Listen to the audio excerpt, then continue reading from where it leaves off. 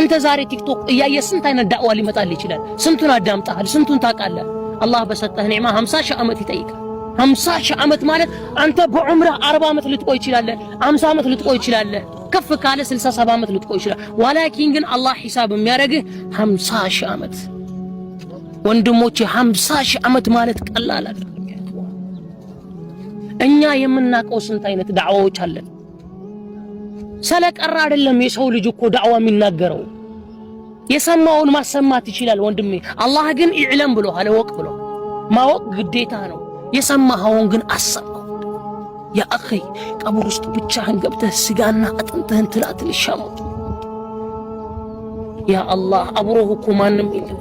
ቀብር ውስጥ ተዘግቶብህ በህይወትህ አይተህ የማታውቀው ጨለማ ውስጥ ቁጭ ብለህ መረቡክ ሲሉ ምን ትላለህ?